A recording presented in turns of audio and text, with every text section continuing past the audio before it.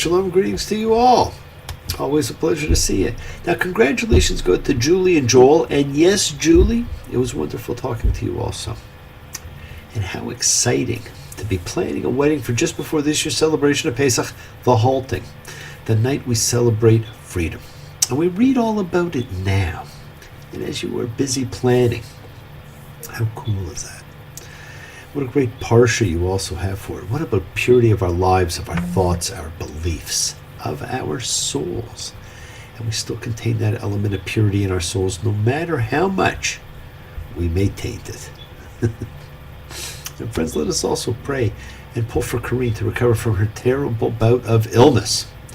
Our combined energy can move mountains, so just think what it does in banishing ill will and ill health from our spirit and anyone else's. And someone mentioned to me that it was about a year ago that I'd been invited to participate in and was giving my Davos presentation about the journey to inclusion. Oh, how a year goes by and some things do not change. Although I can see that there have been fantastic strides in interfaith cooperation to do with more dinners, more awards, more rhetoric, and I'm sure somewhere in there true strides were taken to break down the barriers of divisiveness, which I and a few others, try and tear down in everything that we do. Now, I hope you all have begun your march to freedom. And it is so apropos that we read this ancient historical march to freedom while honoring another great march to freedom, that of Martin Luther King. Free at last, thank God Almighty. I am free at last. Who does not want that? Friends, this should be a call every day. But a call to what? Mankind the world over invokes the story of the Exodus as a rallying cry to freedom. But freedom from what? Now, the Torah version, the one we read, is the story of freedom from fear. Yes, it is told in a real physical journey to a free land, a dreamland of milk and honey. But it is the story of, and the holy day devoted to, freeing yourself from the fear that enslaves you. Now, it seems man has always allowed fear and slavery, mental and physical, and perhaps always will. There is always a Pharaoh in your life that you give your power to, and so we need to remind ourselves that we can be free from fear. But there is another, perhaps even more insidious Pharaoh lurking, one you may not realize that you need to free yourself from. Now, during these last couple of months that I've been on the road, meeting wonderful people, experiencing different cultures, seeing glorious things, but anxious to get home, I must say, I noticed more and more not just the Pharaoh of fear, but the Pharaoh of dogma. And dogma, of course, rears its ugly head in politics and cultures of all kinds, in religion, perhaps most in religion. And I have spent time in almost every kind of religious community, in most differing religions, and believe it or not, and most do not want to, they are very much alike. Now, just last week, before beginning my journey back, I was the guest of a community who were devout practitioners of their faith. They performed every appropriate ritual as written in their book of ritual, and said every appropriate written word, and repeated everything that they heard at service. And yet, they actually understood none of it, not the ritual or the intent behind it, not the language or what the words actually meant, not the personal spiritual significance of their holy writing, simply what they had been taught to say and do. Now, there's nothing wrong or even unusual in this. Many practice their faith in such a way, and it is the only way they can conceive of practicing. Many do not want to know. Many do not want to understand. Many do not want to relearn. But learning is something we spend our lives in pursuit of. Understanding is something that provides reward and growth. And knowing what led to it created our ritual and liturgy. It gives it meaning and brings it to life.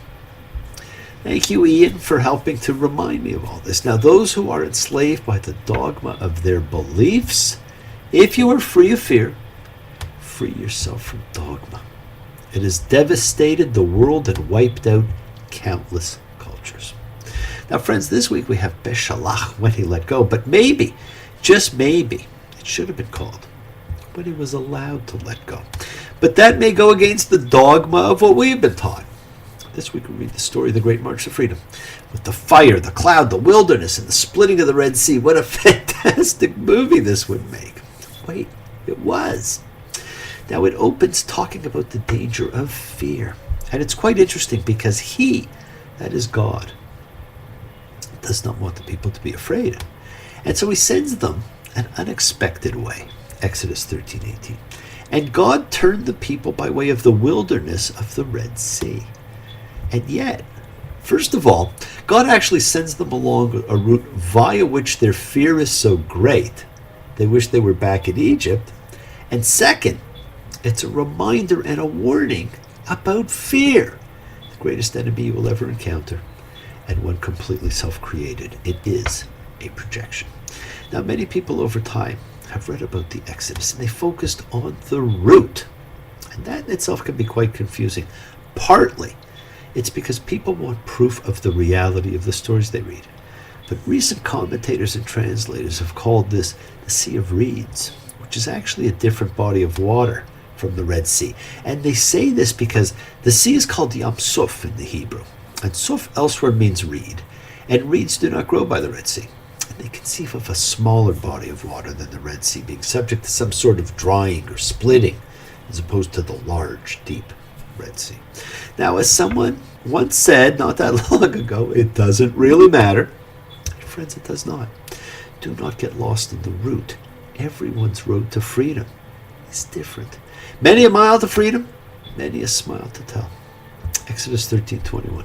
And he who causes being was going in front of them by day in a column of cloud to show them the way, and by night in a column of fire to shed light for them, so as to go by day and by night. Now, we talked about this last time.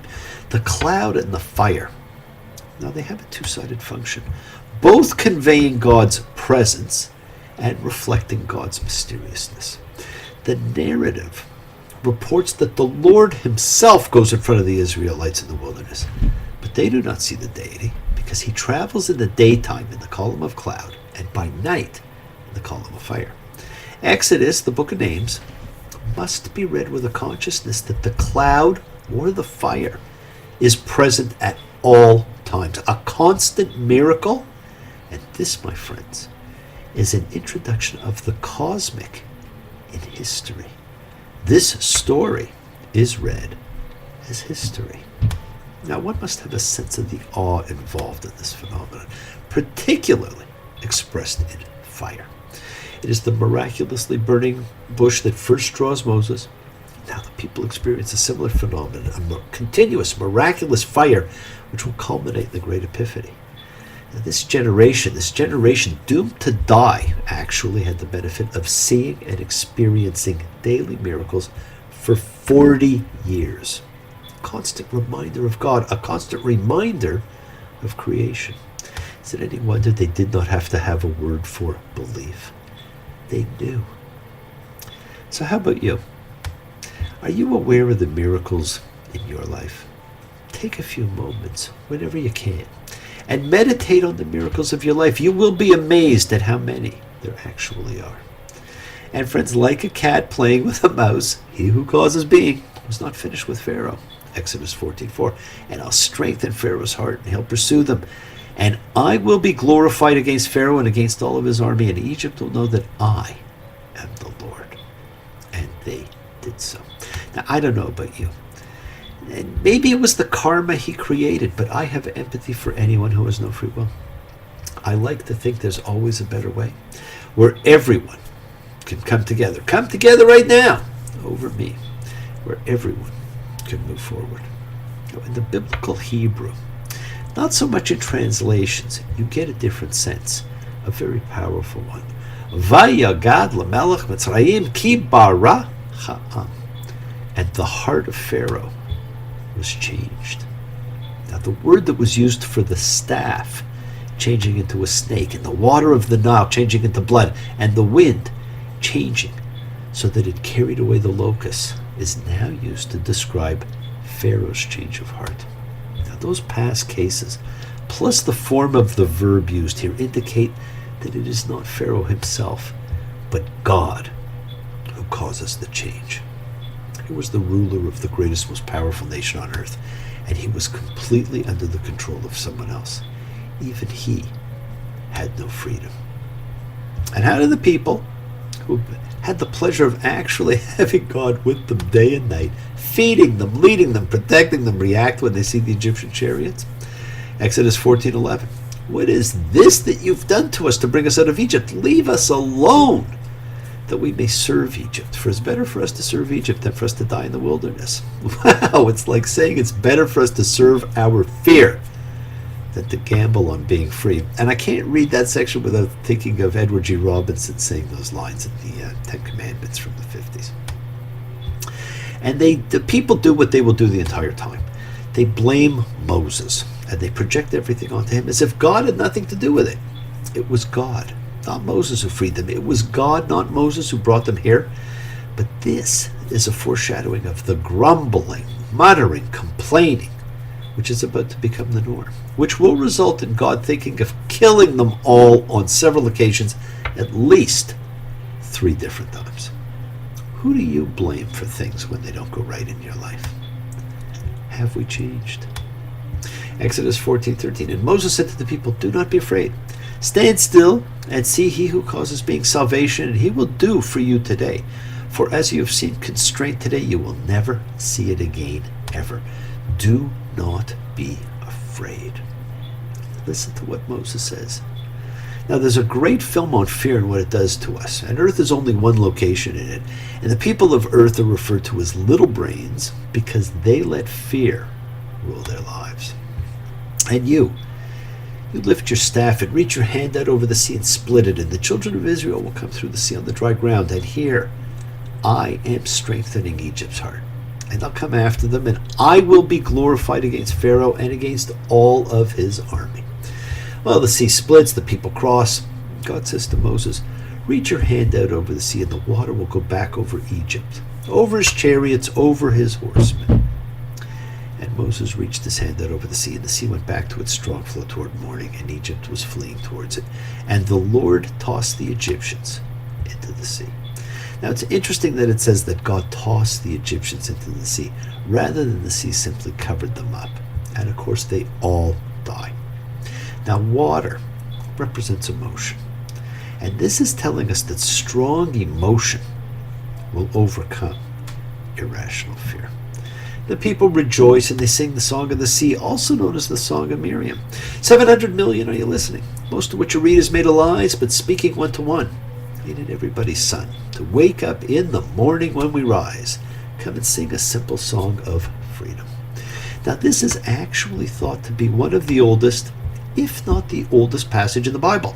The Red Sea episode was an early and decisive element of Israel's story. And we get a beautiful ode to God from it. We get the Micha Mocha from it, something that comes up in key pieces of liturgy, and which we recite during the High Holy Days. Exodus 15:11. Micha Mocha Ba'alim Adonai. Who is like you among the gods, O Lord? Who is like you, awesome in holiness, fearsome with splendors, making miracles? And yet many scholars have noticed that what actually appears to happen is that the people trade one taskmaster for another. Exodus 15:26. And he said, if you'll listen to the voice of Adonai your God, and you'll do what is right in his eyes, and turn your ear to his commandments and observe all his laws, I won't set on you any of the sickness that I set on Egypt, because I, the Lord, am your healer. Trading one Pharaoh for another with blind obedience to dogma in exchange for not suffering the same fate as Egypt, that's some deal. But there were no laws yet having been expounded to the people, so this may have been added later. But they were coming. Boy, were they coming. Notice also how Moses puts himself out as an intermediary, but always says the people shouldn't complain to him, but to God. But they continue to complain to him about their situation over and over again. And the beginning of 40 years of daily miracles, commencing with the one of manna, is about to begin. They're in the wilderness, and it's only been a little over a month, and the complaints are getting bigger and bigger. Don't look now. But how could a people who left with provisions, wealth, livestock, be starving? And the complaints go to the root of freedom and slavery. Food, a slave is given his food. A free man has to earn it, has to work for it, has to make it happen. And we still talk about the miracle of manna from heaven when we have unexpected gains ourselves. We're always willing to say it's manna from heaven. Manna. Now in Exodus 16:15, the people say, "What is it?" And the Hebrew for "what is it" is manha. And we have the origin of the great Abbott and Costello routine. Who's on first? What is it? Manha. I know, but what is it? And notice that God says he will test the people. He sends instructions on what to collect and when. Do they listen? Do they believe? Would you?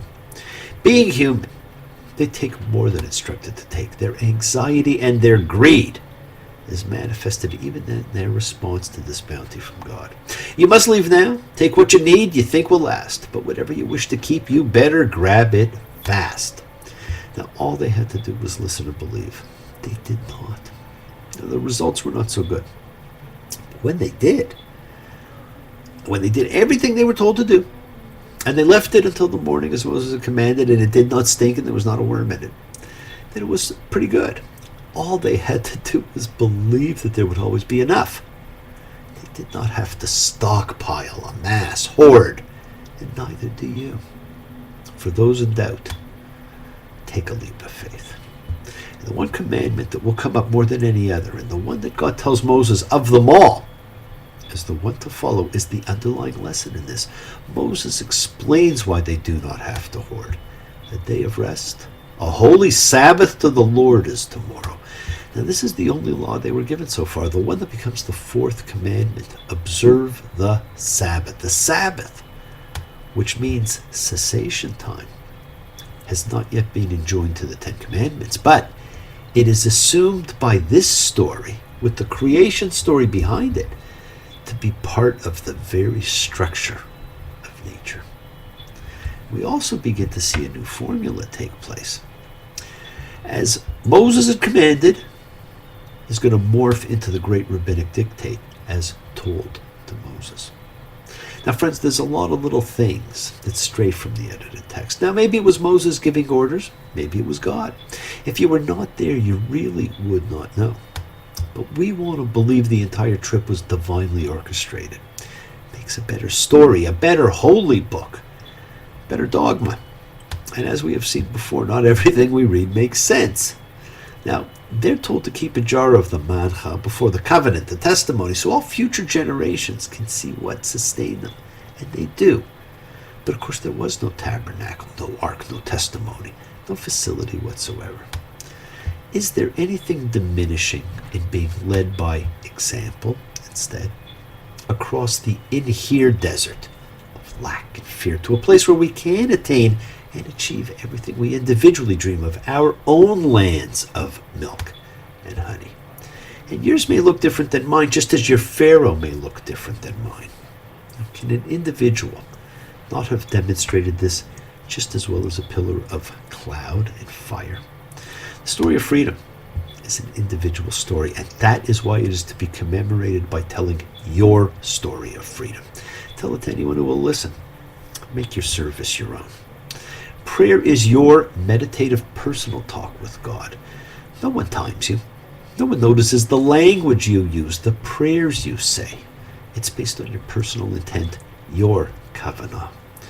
Now you'll have a much greater spiritual connection doing your own thing with honesty and integrity over following the dictates of any book. The world is sacred, my friends, and so is everything in it. Express your gratitude, light a candle, make a wish, celebrate your life and the lives of those you love. Share your feelings with them. Live free, be free, honor your freedom, be well, be happy, be blessed.